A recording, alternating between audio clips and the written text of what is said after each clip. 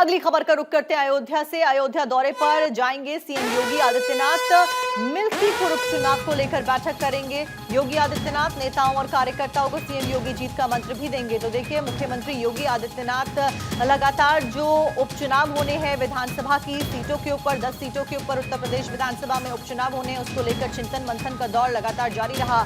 दिल्ली के दौरे भी कई इस दौरान रहे और उसी बीच अयोध्या में आज सीएम योगी आदित्यनाथ मौजूद रहने वाले हैं। नेताओं और कार्यकर्ताओं के साथ में मुलाकात, चिंतन मंथन, जीत का मंत्र उनको दिया जाएगा। कई मायनों में दौरा महत्वपूर्ण और राम मंदिर के दर्शन करते हुए भी उनको जरूर देखा जाएगा। अयोध्या के दौरे पर मुख्यमंत्री योगी आदित्यनाथ आज जाने वाले हैं। मिल्कीपुर उपचुनाव को लेकर खास ये बैठक आज रखी जाएगी। तो अयोध्या के ऊपर खासा फोकस लगातार उत्तर प्रदेश में योगी सरकार का बना हुआ है। खास करके जिस तरीके से प्रदर्शन लोकसभा चुनावों में यूपी में बीजेपी सरकार का रहा, उसके बाद अलर्ट मोड पर और भी ज्यादा आगे बढ़ते हुए फ्रंट फुट पर बीजेपी सरकार काम कर रही है। मुख्यमंत्री योगी आदित्यनाथ काम कर रहे हैं क्योंकि जितना टारगेट सेट किया गया था उससे कई गुना कम यहां पर सीटें बीजेपी जीतती हुई नजर आई। हालांकि केंद्र में सरकार बनाने में भारतीय जनता पार्टी एनडीए के साथ में सक्षम रहती है, लेकिन उसके बावजूद उत्तर प्रदेश के ऊपर खासा फोकस अब हो रहा है और एक बड़ा राज्य, सबसे ज्यादा लोकसभा सीटें भी उत्तर प्रदेश से जाती हैं। ऐसे में उत्तर प्रदेश के ऊपर खासा फोकस। ज्यादा जानकारी के साथ आशुतोष मिश्रा हमारे संवाददाता जुड़ गए। आशुतोष, क्या कुछ अपडेट, कितने बजे मुख्यमंत्री पहुंचेंगे अयोध्या और क्या कुछ उनका कार्यक्रम रहने वाला है?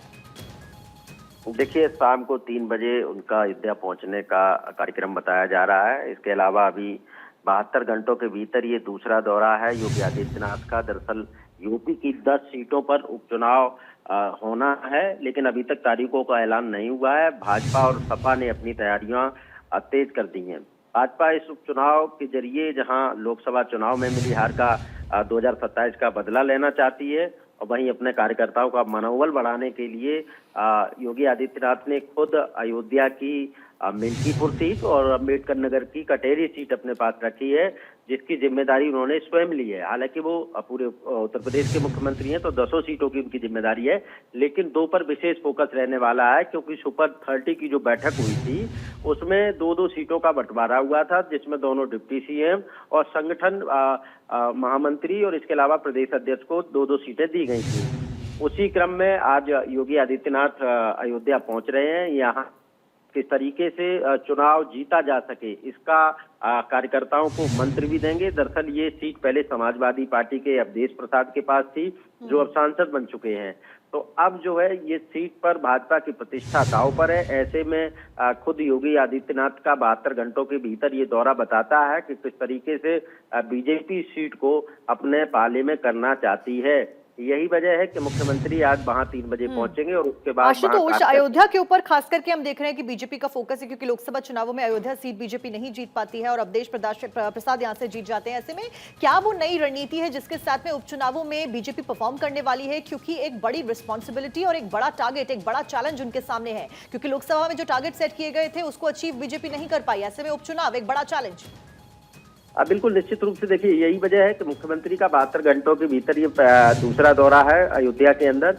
किसी भी कीमत पर अयोध्या की ये उपचुनाव में मिल्कीपुर विधानसभा सीट बीजेपी अपने खाते में लाना चाहती है और अब वहां के राजनीतिक समीकरण भी बदल चुके हैं। अभी 2 दिन पहले मैं खुद गया था तो वहां के तमाम कार्यकर्ताओं नेताओं से जो बातचीत हुई तो ऐसा अंदाजा लगा कि अब वहां के जो राजनीतिक समीकरण है वो पूरी तरह से बदल चुके हैं। दरअसल भदरसा कांड की जो घटना है वो वहां पूरे इलाके में विशेष चर्चा का विषय बनी हुई है। जिस तरीके से समाजवादी पार्टी के राष्ट्रीय अध्यक्ष अखिलेश यादव ने डीएनए टेस्ट की बात की थी आरोपी की, उसके बाद वहां के समीकरण बदल गए हैं, लोगों के जो विचार हैं वो बदल चुके हैं। तो ऐसे में बीजेपी सपा को भी घेरने का इसी मुद्दे पर वहां प्रयास करेगी और मुख्यमंत्री किसी भी कीमत पर उस सीट को नहीं खोना चाहते हैं और आज वो कार्यकर्ताओं और प्रभारी मंत्रियों के साथ बैठक करेंगे। अभी 2 दिन पहले ही उन्होंने तमाम जो अयोध्या की विकास कार्य की योजनाएं थी उनकी समीक्षा की थी, कानून व्यवस्था की समीक्षा की थी, जनप्रतिनिधियों के साथ भी बैठक की थी और अब मिल्कीपुर पहुंचकर वो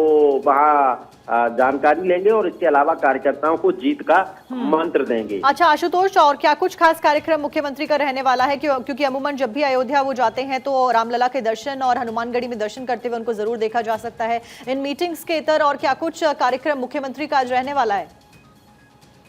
देखिए, दरअसल वहाँ दिगंबर सरयू तट पर ब्रह्मलीन परमहंस रामदास की समाधि पर वह जाकर पुष्पांजलि भी करेंगे और इसके अलावा राम भगवान की मूर्ति का अनावरण भी करेंगे। तो ये 2 कार्यक्रम विशेष रूप से आज उनके रहने वाले हैं जी। और इसके अलावा जो इलाके के नेता हैं, जो जनप्रतिनिधि हैं, कार्यकर्ता हैं, उनके साथ एक बैठक करके और कैसे सीट को जीता जा सके जी। इस पर भी काम करने वाले तो हैं। कुल मिलाकर फोकस चुनावों के ऊपर है। उपचुनाव उत्तर प्रदेश में होने वाले हैं 10 विधानसभा की सीटों के ऊपर। आशुतोष ने हमें जानकारी दी। बहुत बहुत शुक्रिया आशुतोष, आपका जानकारी देने